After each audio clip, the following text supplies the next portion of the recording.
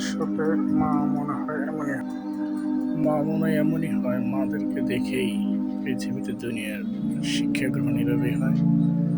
মা গাছে উঠে গেল, তার পরিপ্রেক্ষিতে প্রত্যেকটা বাচ্চা উড়ে উড়ে মায়ের কাছে চলে যাচ্ছে। অসাধারণ একটি দৃশ্য। ভিন্ন জাতের একটি মুরগির মা তার 8টা বাচ্চা নিয়ে এসে গাছে উঠে গেল মায়ের মতো করে।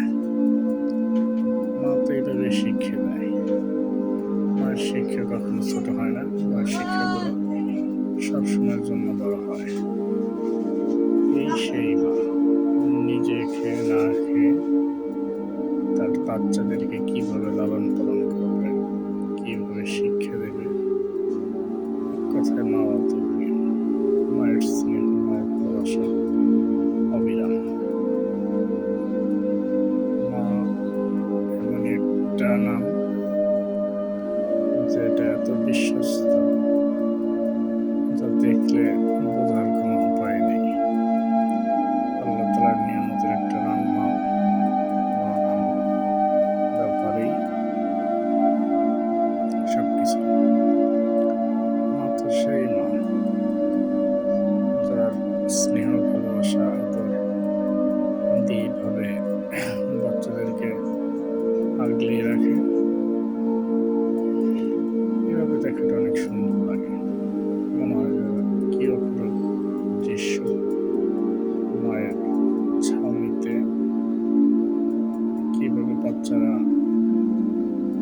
লুকিয়ে রাখে মায়ের ডানাতে। মা গাছতে উঠে নিজের শরীর চুলকাচ্ছে।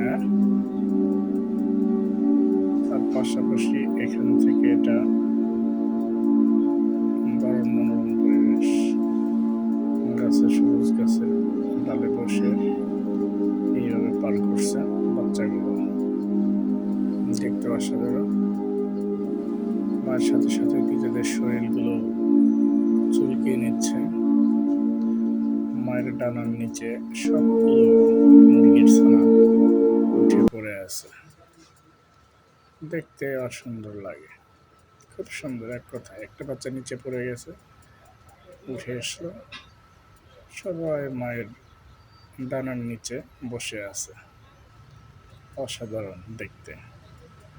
দেখতে মনে হয় যে পাখির বাচ্চাগুলো নিয়ে ঘুরে ডালে ডালে বসে আছে। অসাধারণ।